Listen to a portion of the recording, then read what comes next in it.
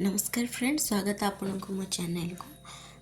तो ये आपन जदि सॉफ्ट और dry fruits loaded plum cake बनाई चाहते किसी इजी ट्रिक और टिप्स को फॉलो करी आपन एटा इजीली कर पारे। आसन तो देखिए।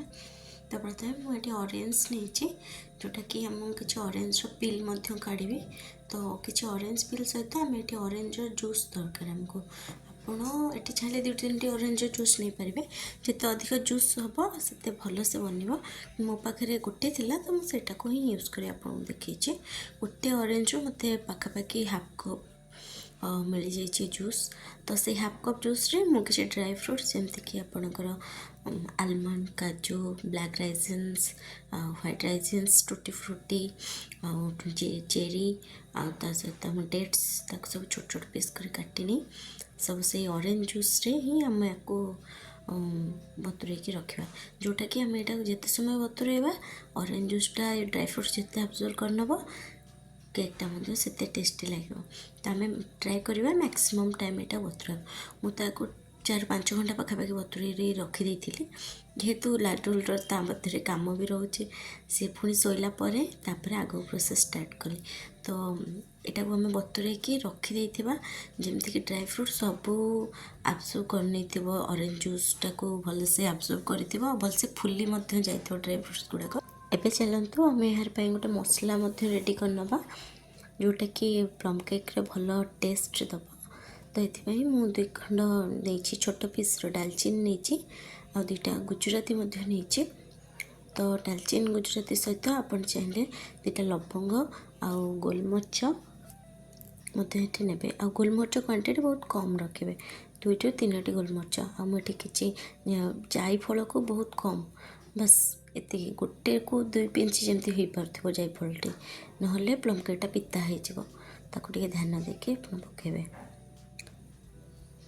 तो ये मुझे भल भाव बहुत तो क्वांटिटी कम हो जेहेतु ये ग्राइंड हेबनी तो से 2 स्पून सुगार भी ऐड कर देछि जोटा कि भल भाव यहाँ ग्राइंड हो। तो ग्राइंड बनला परे गोटे भल पाउडरटे बनीज आ पाउडरटे को आम यूज करवा आमर प्लम केक रो टेस्ट को एनहांस करने।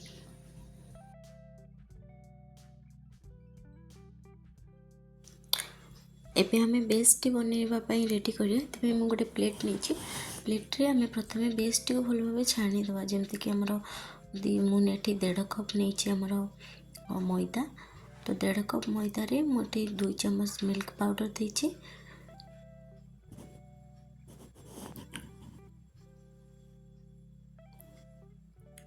आम ये ही आमर आउ 1 टेबल स्पून मुझे देछि baking powder and 1/4 tablespoon मुझे देछि बेकिंग सोडा।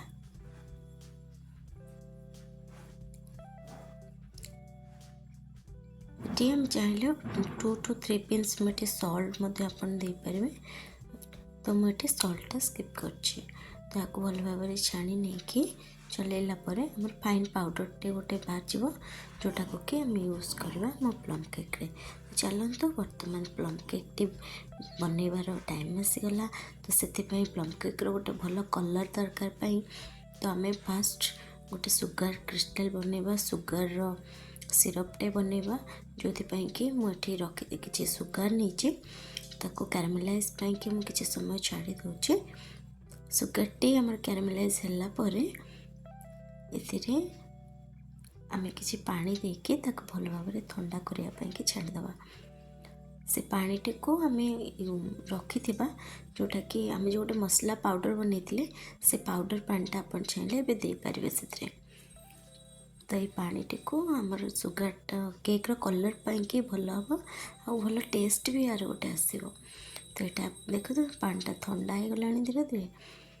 तो ये चलतु फुल्ली प्रिपेयर करवा आमर प्लम केक तीपाई कि गोटे भल बाउलटे ने बड़ बाउलटे से 1/4 कप मुझे नहीं मिल्क मिल्क रे आपन ये 1 कप मुझे आपणकर रिफाइन ऑयल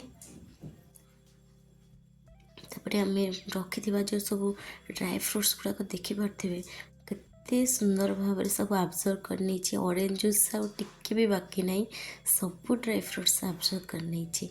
तो से ड्राई फ्रुट्स गुड़ाक आम से आड करनबा आपको भल भाव टिके मिक्स मध्य करनबा जोटा कि हमर मिल्क ऑयल और ड्राई फ्रुट्स ये सब होला परे हमें रखिथिबा से बेस पाउडर टाको एथिरे दे देबा जोटा कि हमर गोटे प्रीमिक्स बनी की रही प्लम केक पाई भल भाव पाउडर टी को दे गोटे साइड्रु आम यहाँ गोल चलिया गोलैला देखिए आपन ए गोटे कलर आसूचे तो आपण एठी आम ऐड करनबा 1 टेबल स्पून वैनिला एसेंस मध्य ऐड करिया आ जदि देखिबा अधिका थिक हो जाइए तो ताले आम ताको गोटे मिल्क मध्य ऐड करिया मझे मझे किंतु अल्प मिल्क देके फास्ट आम गोलिया जदि अधिक टिके आमको लगुच कि अधिका ये हो जाइए तो आउ टिके आम मिल्क एटी ऐड करवा आटा गोलैला बेले सब ध्यान देवे जमती यहाँ गोटे सर्कुलर मोशन आप गोलेबे थोड़ी ना एपटू टिके सेपटू टिके सेमती करेंगे ये मु केक टिन रेडी करनवा तो केक टिन पाई मुझे केक टाक भल भाव ऑयल ग्रीस करने ऑयलटा ग्रीस हो गला आपण चाहिए ए बटर पेपर ऐड करें ना कि मैदा अटा देकी डस्टेड करदे जहाँफल कि केकटा भलरे बाहरी जीव तो मो पाखे गोटे बटर पेपर थिला जोटा को कि मुझे यूज करची केक टिन में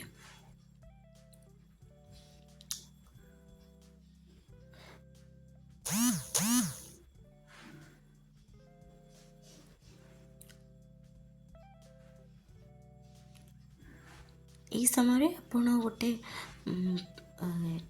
जोटा कि आमर गोटे कढ़ाई बसाई ताकू प्रीहिट मुझे कढ़ाई कढ़ाईटा मुझे प्रीहिट कर नहीं ये सब प्रोसेस कला मध्य तो बैटर टी को आम केक टिन में देकी भल भाव डैप करनबा जहाँफल कि तले कि एयर बबल्सटा बाहरी आसो ना केकटा खराब हो अलग किसी ड्राई फ्रुट्स को आम कि मैदारे डस्टेड करके प्लम केक्र ऊपर डेकोरेटिंग करदे जहाँफल कि आम प्लम केकटा एत सुंदर देखा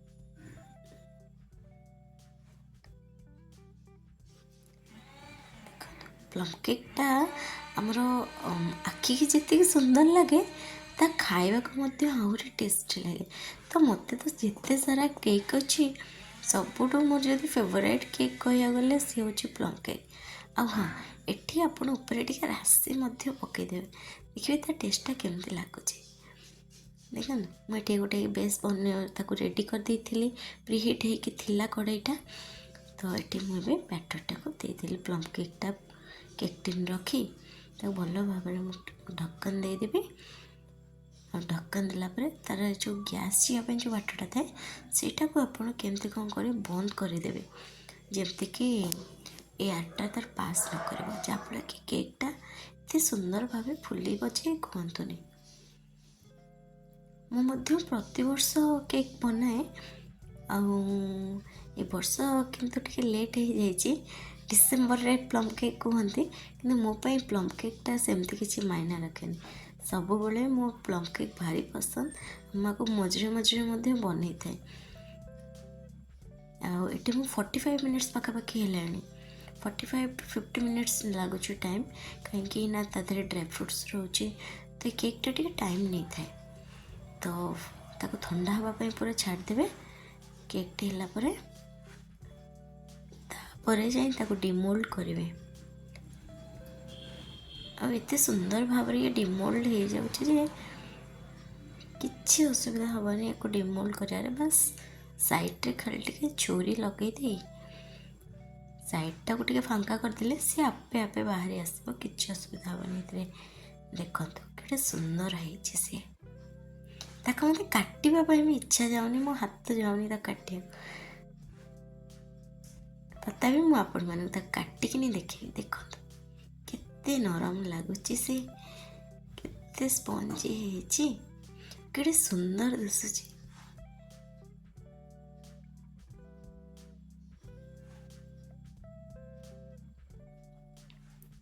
तो ये प्लम केकटा काटा बहुत ମାନେ एते सॉफ्ट होची जे काटिया ପାଇଁ कि ଦେଖିପାରୁଥିବେ ଆପଣ। ମୁଁ କାଟିବା ସମୟରେ ମୁଁ ମଧ୍ୟ ଆପଣଙ୍କୁ ଟିକେ କାଟିକିନି ଦେଖେଇ ଦେଉଛି। ଦେଖନ୍ତୁ ତାର ମାନେ ଟେକ୍ସଚରଟା କେମିତି ହେଇଛି ଆପଣ ଦେଖନ୍ତୁ, ମାନେ ବିଶ୍ୱାସ ବି ହେବନି ଆପଣଙ୍କୁ କି ଏତେ ସୁନ୍ଦର ହେଇଛି। ପୁଣି କଡ଼େଇରେ ତାପରେ ପୁଣି ବିନା କିଛି ମାନେ ଜିନିଷ ୟୁଜ୍ କରିକି ତା ଦେହରେ କେତେ ସୁନ୍ଦର ଭାବେ ସେ ପଚପଚ ହେଉଛି, କେତେ ସୁନ୍ଦର ଭାବରେ ଖାଇବାକୁ ମଧ୍ୟ ଭାରି ଟେଷ୍ଟି ହେଇଥିଲା ପ୍ଲମ୍ କେକ୍ଟି। ଭିଡ଼ିଓଟି ଆପଣମାନଙ୍କୁ କେମିତି ଲାଗିଲା ଜଣାଇବେ। ଚ୍ୟାନେଲରେ ନୂଆ ଥିଲେ ସବସ୍କ୍ରାଇବ୍ ମଧ୍ୟ କରିବେ। ଧନ୍ୟବାଦ।